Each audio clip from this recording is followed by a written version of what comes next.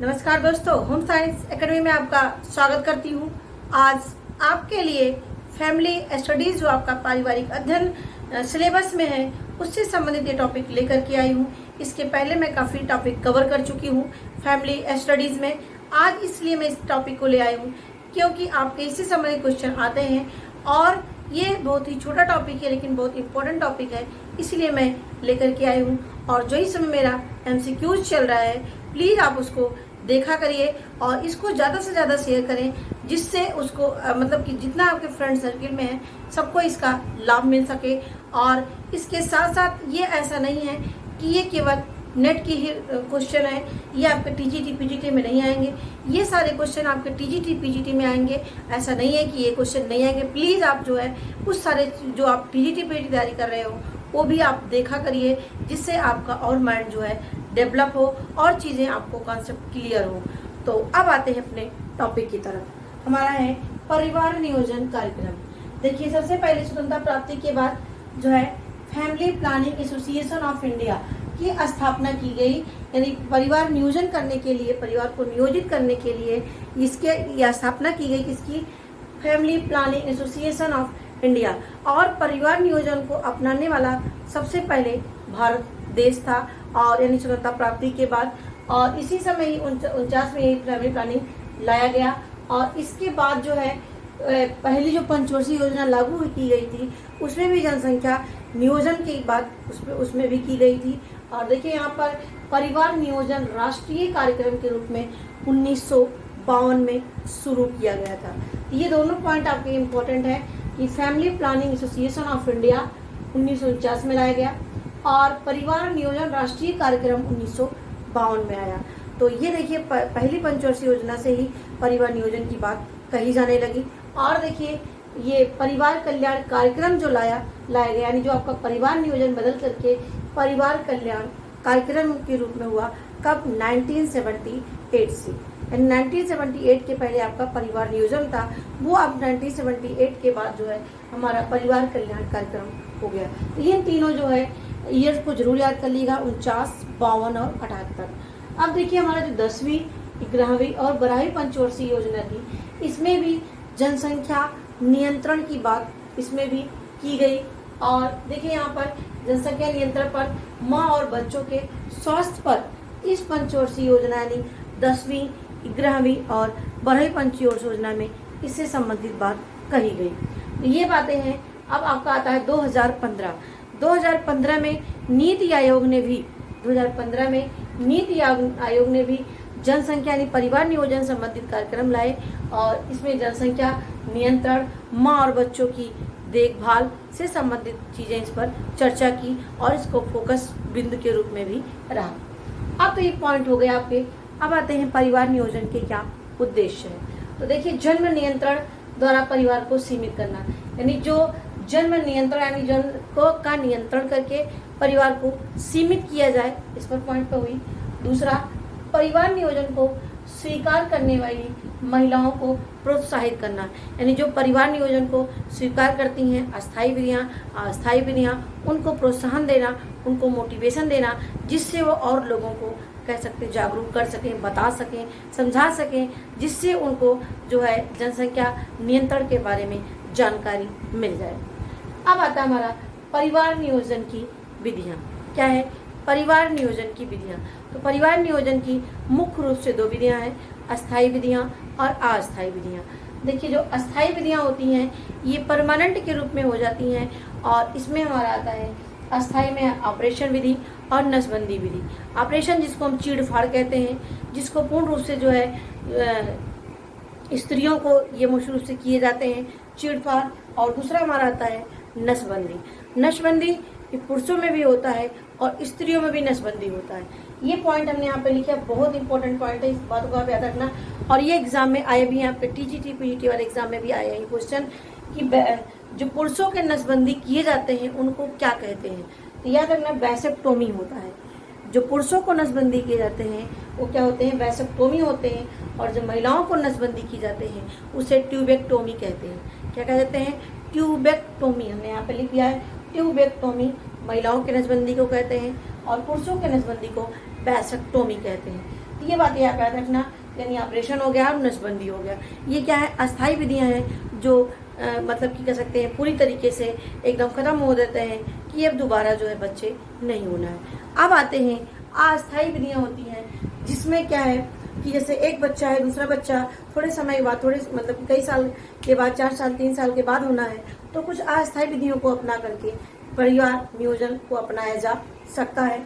तो देखिए यहाँ पर मैं लिखा है अवरोधक साधन के रूप में होते हैं।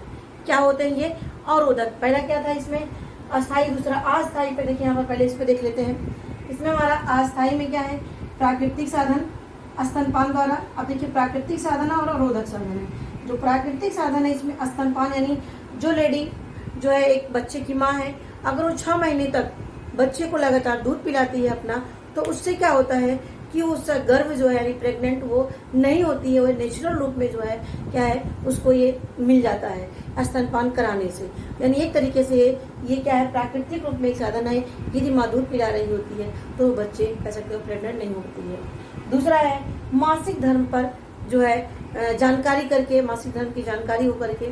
जैसे मासिक धर्म की जानकारी होने का मतलब है कि जो एमसी का 14वें दिन से 18वें दिन तक जो स्टेज होती है, यानी एमसी के 14वें दिन से लेकर के 1 हफ्ते तक कह सकते हैं, 14 से 18 में ज़्यादा होता है, तो 14 से 18वें दिन की जो इस लाइन होता है, वहाँ से दिन होता है, ये 14 से 18 दिन तक जो होता है, इस स्टेज में यदि जो है समागम किया जाता है तो वहाँ पर प्रेग्नेंट होने की संभावना ज़्यादा होती है, क्योंकि इस समय अंडे बनने के निर्माण होता रहता है। उस समय जो है कह सकते हैं उसमें जब स्पर्म से जब ओवम मिलता है तो उस समय प्रेग्नेंट हो सकती है लेडी। लेकिन इस एमसी के 1 हफ्ते पहले और एमसी के 1 हफ्ते बाद तक कोई प्रिकॉशन की जरूरत नहीं पड़ती है। इस समय नेचुरल होता है, क्योंकि इस समय अंडे पूरी तरीके से बन चुके होते हैं, वहाँ पर फर्टिलाइज होने की संभावना नहीं रहती है। तो यानी इससे यानी हमें मासिक धर्म की जानकारी के द्वारा भी नियंत्रण किया जाता है नेचुरल रूप में। अब आता है हमारा अवरोधक साधन, यानी कुछ ऐसे साधन का प्रयोग करते हैं जिसके द्वारा परिवार नियोजन पर नियंत्रण पाया जाता है। यानी इसमें देखिए अवरोधक साधन में है डायफ्राम। डायफ्राम ये महिलाओं में लगाए जाने वाला एक कैप जैसा होता है, जो महिलाओं के जो है यूट्रस के पार्ट में यानी जो होता है वहाँ पर लगाते हैं इसमें, और इससे जो होता है क्या कह सकते हैं नियंत्रण इस पर कर सकते हैं। इससे जो है स्पर्म को रोका जा सकता है और प्रेग्नेंट लेडी नहीं होती है। दूसरा आता है IUCD। क्या है IUCD? जिसको बोलते हैं इंट्रा यूट्रिन कॉन्ट्रासेप्टिव डिवाइस। क्या है इंट्रा यूट्रिन? यह है इंट्रा यूट्रिन कंट्रासेप्टिव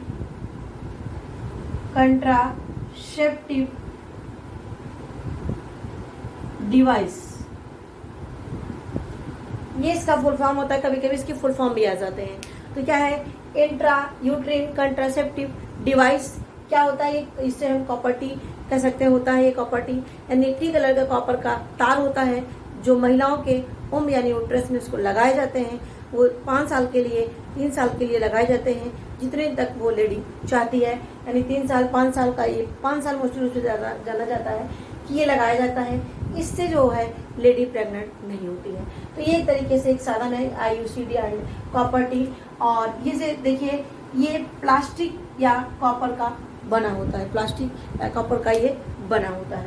अब आता है हमारा गर्भ निरोधक गोलियां, यानी जो कॉन्ट्रासेप्टिव जो है पिल्स ले जाती हैं, दवाइयाँ ली जाती हैं। अब ये भी आप क्वेश्चन आया है, जो गर्भ निरोधक गोलियां होती हैं उसमें क्या चीज़ होती है। तो देखिए यहाँ पर प्रोजेस्टेरॉन और एस्ट्रोजन की गोली जो है दी जाती है, जिसको डेली खाती हैं महिलाएं, यानी हफ्ते में 2 दिन 3 दिन, यानी उसका एक कोर्स होता है, उसके अनुसार वो डेली खाते रहते हैं। तो कहने का मतलब जो महिलाएं प्रेग्नेंट से बचने के लिए जो गोलियां खाती हैं उसमें क्या होता है, तो प्रोजेस्टेरॉन और एस्ट्रोजन जो है हार्मोन की गोलियों को जो है गर्भ निरोधक गोलियों के रूप में दी जाती है। दूसरा हमारा नेक्स्ट आता है निरोध, जिसको हम जो है ये पुरुषों का महिलाओं दोनों के लिए आता है। मोटे रूप से जो है ज़्यादा फेमस, ज़्यादा इसका पॉपुलर जो है वो पुरुषों के लिए होता है निरोध। और ये कह सकते हैं ये रबड़ की एक थैली के समान होता है, जो पुरुष इसको यूज करते हैं, और काफ़ी ये सेफ्टी भी होता है। और इससे जो है पूरी तरीके से प्रेग्नेंट को रोका जा सकता है और ये एक सुरक्षित साधन भी है। अब आता है शुक्राणुनाशक साधन। कुछ ऐसी चीज़ें आती हैं जो महिलाओं के कह सकते हैं कि महिलाओं के शरीर में जाने से पहले ही उस शुक्राणु को यानी स्पर्म को नष्ट कर दिया जाता है।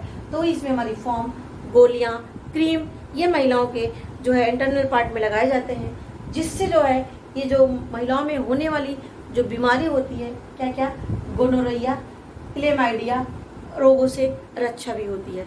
तो देखिए यहाँ पर जो शुक्राणुनाशक जो साधन होते हैं, फॉर्म है, गोलियां है और क्रीम है, ये महिलाओं के इंटरनल पार्ट में लगा करके स्पर्म को जो है नष्ट किया जा सकता है। स्पर्म को महिलाओं के ओवम तक कह सकते नहीं पहुंचाते हैं। तो ये हमारे क्या होते हैं, साधन होते हैं शुक्राणुनाशक, और इससे जो महिलाओं में बीमारियां होती, गोनोरिया, क्लाइमाइडिया रोगों से भी रक्षा की जा सकती है। तो ये हो गए शुक्राणुनाशक साधन। अब आते हैं गर्भ निरोधक इंजेक्शन। तो देखिए गर्भ निरोधक इंजेक्शन भी होते हैं। इसमें क्या होता है कि 3 महीने, 6 महीने, 1 साल, 3 साल की तरह से इंजेक्शन लगाए जाते हैं, जिससे जो है प्रेगनेंसी से बचा जा सकता है। और इसमें हार्मोन युक्त इंजेक्शन दिए जाते हैं। क्या दिए जाते हैं?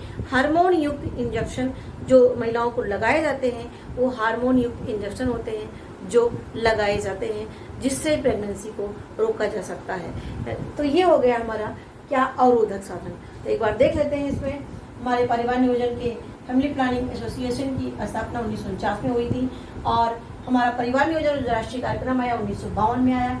परिवार कल्याण कार्यक्रम की शुरुआत 1978 में हुई। इसके पहले परिवार नियोजन के रूप में जाना जाता था। 10वीं ग्रामीण पंचवर्षीय योजना में जनसंख्या नियंत्रण और बच्चों के स्वास्थ्य की देखभाल की बातें कही गई, और 2015 में नीति आयोग ने भी जनसंख्या नियंत्रण, माँ और बच्चों की देखभाल के कार्य किए गए। अब आता है परिवार नियोजन के क्या उद्देश्य हैं। तो देखिए जन्म नियंत्रण के द्वारा परिवार को सीमित करना। क्या है?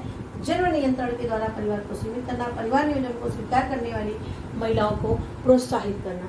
अब आते हैं परिवार नियोजन की विधियाँ। परिवार नियोजन की विधियाँ 2 हैं, अस्थायी और अस्थायी। अस्थायी में ऑपरेशन, जिसको चीरफाड़ कहते हैं। दूसरा नसबंदी आता है। नसबंदी पुरुषों में भी किए जाते हैं, महिलाओं में भी किए जाते हैं। जो पुरुषों में होते हैं वैसेक्टोमी होते हैं, जो महिलाओं में होते हैं उन्हें ट्यूबेक्टोमी कहते हैं। अस्थायी साधन में हमारा प्राकृतिक साधन आता है और उदक साधन होता है। जो प्राकृतिक साधन होता है इसमें स्तनपान के द्वारा, मासिक धर्म की जानकारी के द्वारा कर सकते हैं। और उदक साधन में ये है हमारे डायफ्राम, निरोध और IUCD प्रॉपर्टी, गर्भ निरोधक गोलियां, शुक्राणुनाशक साधन और गर्भ निरोधक इंजेक्शन। तो ये आशा करती हूँ कि आपको ये टॉपिक अच्छे से समझ में आ गया होगा।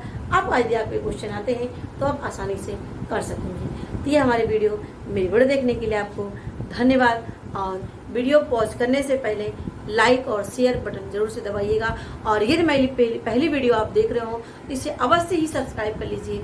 इस चैनल से आपको निश्चित ही मदद मिलेगी। TGT, PGT, नेट जो भी तैयारी आप कर रहे हो, इससे निश्चित ही आपको मदद मिलेगी। और तब फिर से मेरी वीडियो देखने के लिए आपको